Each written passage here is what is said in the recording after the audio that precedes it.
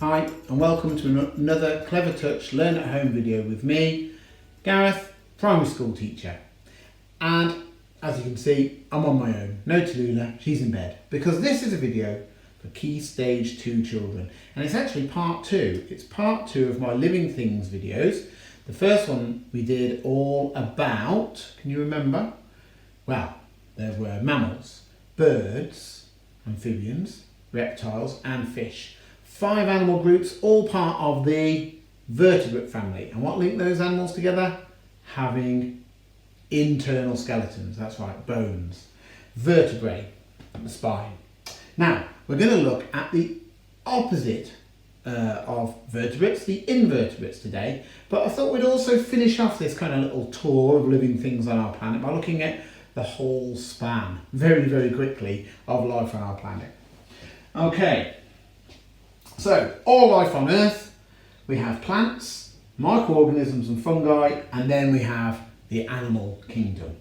Now, plants and microorganisms, there's a big difference, although some people sometimes get them a bit confused, especially when it comes to these chaps here. Let's have a look at microorganisms and fungi first. Now, mushrooms, are they a plant? What do you think? The answer is no. That is because fungi, microorganisms, it's all about where all living things get their food from. Now, fungi and microorganisms get their food from other living things that are dying or decaying. So, mushrooms might feed on decaying vegetable matter on the forest floor somewhere. Okay, look, here's some mould growing on bread, it's feeding on the bread. Okay, and of course viruses and bacteria feed on us. So, fungi include mushrooms and moulds. Microorganisms are tiny living things that can be helpful or harmful. We have good bacteria that lives inside our bodies and helps out with things like our digestive system. Now, bacteria and viruses are types of microorganism. Are viruses alive? Big debate there in the scientific community, but they are the tiniest form of living things. And it's amazing when you think that a tiny little virus has got the whole of our planet on a lockdown at the minute. It's crazy, as well as being a little bit scary. Now, they're different to plants, as I said, because they get their food from living things. So where do plants get their food from? Probably guessed it. They take energy from sunlight. So if you're part of the plant kingdom, it's because you take energy from sunlight. Us humans, we like a bit of sun on our skin too. Don't keep cooped up all the time. You know, when you're on lockdown, make sure you go out for a walk. It's good for our skin. But plants really need it because it's actually what they make their food from. Okay? Oh, by the way, not too much sun. Wear protection, kids. Sorry, it's not a public information video, is it? We're trying to learn about living things here. Get on with it. Okay, so plants reproduce from seeds or spores, and groups include trees, grasses, bushes and ferns. So here's the plant kingdom. So you've got plants with spores, some of the oldest types of plants on our planet. Algae that grow in water, mosses grow on rocks and on trees, ferns. Okay, these were definitely around in the time of the dinosaurs. Then we also have plants with seeds, flowering plants, bushes, trees, conifers. Okay, so that's the plant kingdom. And although I'm just glossing over it very, very quickly, just remember how important it is. Without the plants on our planet, we wouldn't be here. We use them for our food. It's where animals get their food from plants. All animals get their food really from plants because that's what we feed on, isn't it? Yeah. Now, if I just go back to our living things here, we'll go on to the animals in a minute. But just think about all those plants producing oxygen for us to breathe as well. We need them. We need to look after them. We need to look after our environment.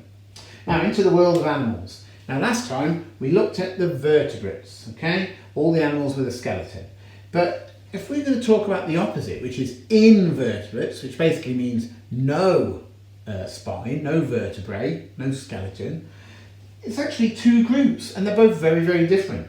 There's the arthropods with an exoskeleton, kind of live in their own armour, and there's the liquid skeleton creatures too. Let's have a little clip on that. So, liquid skeletons. Sounds very weird, doesn't it? It's the gooey creatures. If you've ever held a worm, you'll know what I mean. There are many types of animal with liquid skeletons, and they were the first types of animal that ever lived. So respect the worms, they know what they're doing. Some of these animal types are mollusks, snails, slugs, and octopuses, or octopi. Octopus, think about that. An octopus is from the same family group as snails and slugs. Isn't that amazing? Just without the shell. No bones. Okay? That's why a very large octopus can squeeze into the smallest cracks in the rocks. Now, we also have sea jellies. I don't like to call them jellyfish because they're not fish, they don't have bones. Sea jellies. And we've got worms, leeches, things like that, all gooey kind of creatures. And as I said, some of the oldest creatures on our planet. And although some of the sea jellies and the octopuses can get very large, on the whole, these are small creatures, aren't they? All right, let's go back. Let's go into the world of the arthropods. These are animals that have exoskeletons, a hard casing outside their body, not like our skeleton that's inside, underneath the meat. Insects all have 6 legs. They're part of the arthropods.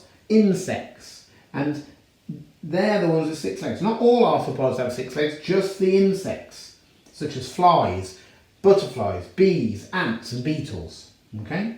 Then there's the arachnids. They have 8 legs, such as scorpions and spiders. Scorpions are part of the same family group as spiders.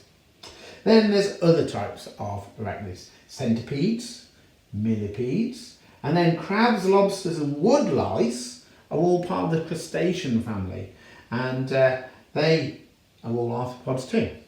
Alright, so I've just very quickly, in 2 slides, talked about liquid skeletons and arthropods, the invertebrates, super fast. Whereas I went through about 5 different slides for all the vertebrates. But did you know that these invertebrates actually make up 98% of all the animals on our planet? That means that the vertebrates, all the birds, all the mammals, all the fish, all the reptiles and amphibians only make up 2% of all the animals. And that includes us humans. There's 7 billion of us. But we're still only part of that 2%.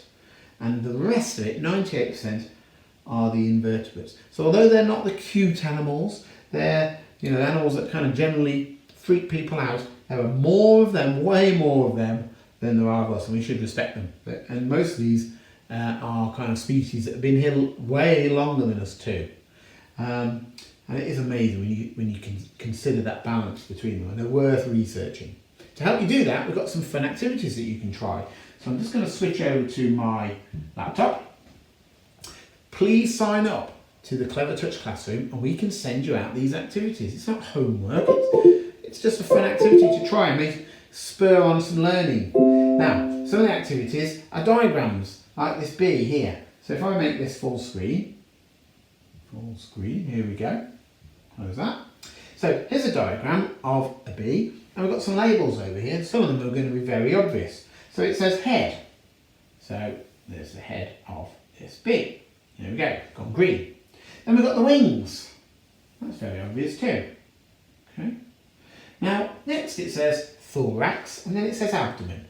Now those are body parts of the bee, but which way around? All insects have those 3 body parts. A head, a thorax and an abdomen. But in which order? What are they for? I'm not going to show you that, so now I want you to find out. Much the same as legs and antennae. What are antennae for? Here's the antennae on this bee. What's it for? Picking up the Wi-Fi? Do some research, find out. Then you better complete this diagram. And the one that's there of the ant. Maybe you can do the research, draw your own diagram of your favourite insect, and then label it and explain the body parts. Okay, this is a really cool activity here. Now this one, you might need to do some research to do it, or you can just look very carefully at the pictures, or you might remember from what I've already taught you. But this is all about sorting these creatures here into the sections. So we've got tarantula, bee, scorpion, limpets, lobster, octopus, butterfly, woodlouse, snail, crab, spider, grasshopper. Such a long name there, couldn't quite fit on in one line. And we've got 4 family groups to put them into. Mollusks, liquid skeletons. Insects, arachnids, crustaceans. I could have had so many more groups, because there are more groups within the invertebrates than there are for the vertebrates, just that we know those more, like the reptiles and the birds. But I could have had worms on there, I could have had the sea jellies on there, I could have had sea stars that you might call starfish, but can you see they're not fish, they don't have an internal skeleton. So these are just 4 of those groups. I could have had a millipedes group, a centipedes group. So you have to kind of sort them out. Look at the pictures, do some research. Mollusks, liquid skeleton, no legs, tentacles or feelers, may have a shell. Insects, 6 legs, 3 body parts, all of them have that. Exoskeleton, antennae, and they may have wings, like a beetle or a bee. But arachnids, remember what I said? 8 legs, 2 body parts, exoskeleton, no wings, no antennae. There is not a single species of spider that has wings. Why is that? They're small enough, you can imagine them thinking it's a good idea, chase after the flies. But no, they have never evolved wings. Why is that, I wonder? And crustaceans, they live in water or damp places. Woodlice, for example, if you've ever seen any dirt in your house curled up on the edges of your carpet, it's because once they've come away from their damp home in the mud, they dry out very quickly. They need to stay near water like a crab or a lobster would. And they don't have any wings, you don't see any flying crabs, and they don't have antennae either, but they have 8 legs generally, but they may have extra limbs to help them feed and some other features. Okay. Oh no, they do have antennae, I do apologise. As I said that, I was thinking, yes they do. If you've ever seen the long kind of feelers that lobsters have. So, get to know those features, have a go at this activity. The final one to show you, let's leave full screen. Okay, so this one here is great because it's got a little video attached to the beginning of it on. And why spiders are not insects. Spiders are a fascinating group of arthroplants. Okay, so it's a 2-minute video that will talk you through the differences between spiders and insects, or arachnids and insects. And it's from Moo Moo Maths. But it's a great little video. It'll tell you those differences, and after you've watched it, there's a quiz of questions to try out to see if you've learnt those differences between those 2 arthropod invertebrate groups. So I hope you've enjoyed watching the video and you've learnt something about living things. If you didn't check out part 1, please do, and try your own research out. Look online, make your own little videos. Go out into the garden and explore. You will find more invertebrates in your garden than you will vertebrates. Okay, so have fun, and until next time, goodbye. Take care.